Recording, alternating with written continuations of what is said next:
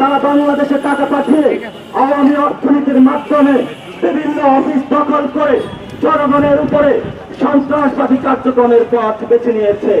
আর এই সন্ত্রাসবাদী কার্যক্রম থেকে ফেরানোর জন্য, বাংলাদেশকে মুক্তির পথে নেওয়ার জন্য, বাংলাদেশের মানুষকে ভোটাধিকার ফিরিয়ে দেওয়ার জন্য, বাংলাদেশের মানুষকে গণতান্ত্রিক প্রক্রিয়ায় নেওয়ার জন্য, বাংলাদেশের লাশের রাজনীতি বন্ধ করার জন্য যে প্রক্রিয়া, সেই প্রক্রিয়া একটি, সেটি হলো ইলেকশন।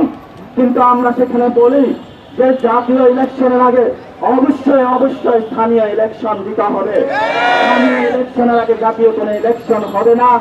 এবং সবাইকে রাজপথে সজাগ দৃষ্টি থেকে বাংলাদেশের জনগণের পক্ষে, আপনারা লোকসংখ্যায় কম বেশি হন, জুলাই গণঅভ্যুত্থানের রক্তের স্পিরিট দিয়ে বিভিন্ন জায়গায় আপনারা সজাগ দৃষ্টি রেখে বাংলাদেশের মানুষকে একটা ব্যাঙ্গার হিসাবে জাতীয় নাগরিক পার্টির কর্মকর্তা এবং যারা রয়েছেন তারা আপনারা কাজ করবেন।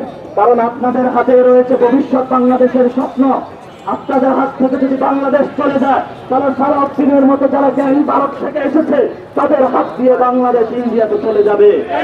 কারণ আমরা বলি, সালাউদ্দিন যে প্রেসক্রিপশন নিয়ে এসেছে, সেই প্রেসক্রিপশনের মধ্যে দিয়ে তারা মুজিববাদী এখানে সংবিধান রাখতে চায়। আমরা যতদিন বেঁচে আছি ততদিন মুজিববাদী সংবিধান চলবে না। আমরা যতদিন বেঁচে আছি বাংলাদেশে গণপরিষদ কায়েম হবে। আমরা যতদিন বেঁচে আছি বাংলাদেশে জাতীয় ইলেকশনের আগে স্থানীয় ইলেকশন হবে। আমরা যতদিন বেঁচে আছি এই পুনর্গঠন করে থাকবো ইনশাআল্লাহ।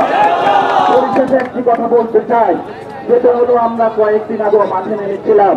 আমাদের একটি দাবি আদায় হয়েছিল, আওয়ামী লীগ নিষিদ্ধ হয়েছে, কিন্তু আওয়ামী লীগের এই ইলেকশন কমিশন সংবিধান এখনো নিষিদ্ধ হয় নাই।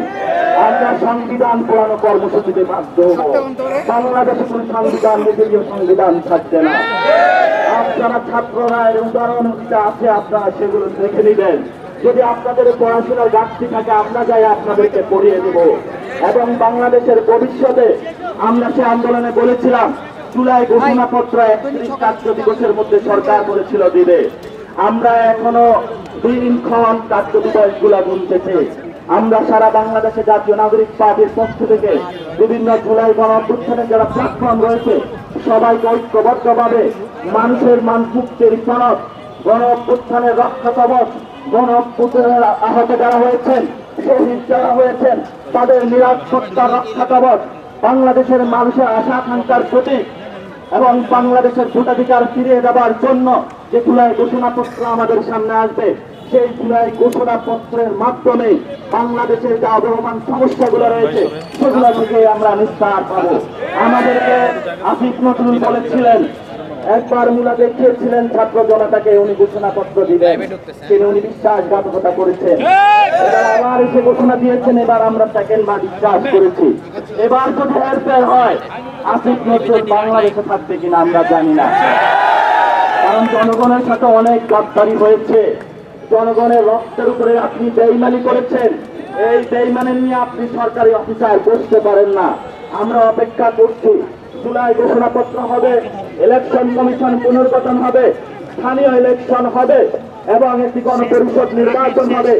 তার মধ্যে দিয়ে একটি সুন্দর যে বাংলাদেশ আমরা প্রত্যাশা করেছিলাম, আকাঙ্ক্ষা ছিলাম 53 বছর, সেটা আমরা পাবো। সেই প্রত্যাশায় আজকে আমরা আমাদের সমাবেশ সমাপ্ত করছি।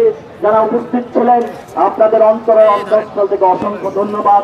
আপনারা সবাই গোসল হয়ে গিয়েছেন অলরেডি, কারণ আপনাদের এই জীবনযাত্রা গান রক্ত ইতিহাসের পাতায় লেখা থাকবে। এই